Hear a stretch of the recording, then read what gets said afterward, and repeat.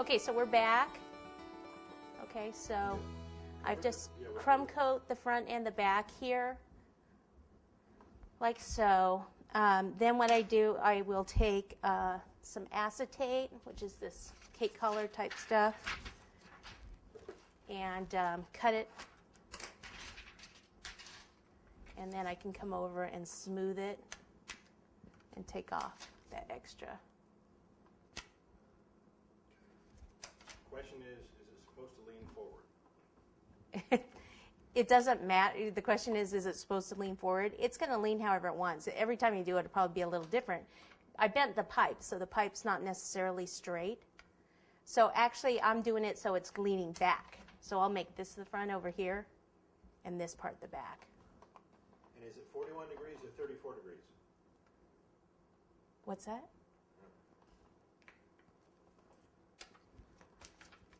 I can't remember that, which I should know that.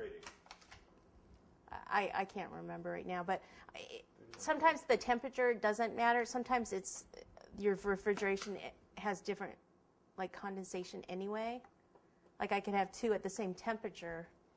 One has a little bit more of a dry. There are dry commercial refrigerators out there too. So if any of you guys have a shop and you do more fondant cakes now, you might want to look into that. Of course, it'll probably be expensive, but. For your crumb coat, thicker coat or a thinner? I like a thicker coat for my crumb coat. I don't want to go too thin. I want to cover the cakes, but make sure you can't see the cake through the icing. And I would probably work on it a little more, get it smoother, and looks like there might be a little hole. Problem is I'm too short for this cake. Yeah, fix that.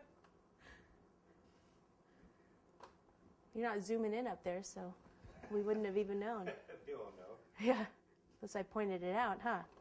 Get a step. I would love for this to be chilled again before I covered it, but that's not going to happen. Okay.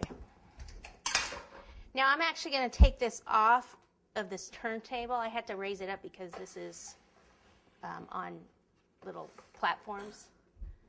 But when I put the fondant on it, I don't want it moving around too much on me. Give all cake scraps to Michael. Yes, oh, that would be good. Send all your cake scraps to Michael at.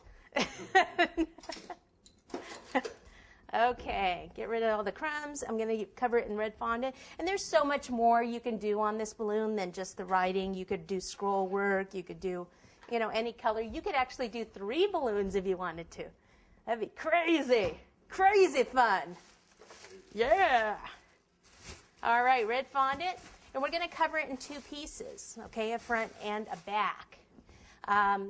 Balloons have that seam, usually down the side. So that works out for us very well. It's a lot easier to cover it in 2 pieces than in 1. So I've already kneaded this up a little bit, my red fondant here. How about if I get this out of the way here? This, might need that. All right. This will take a minute to roll out, so questions? Cornstarch on the surface. And roll.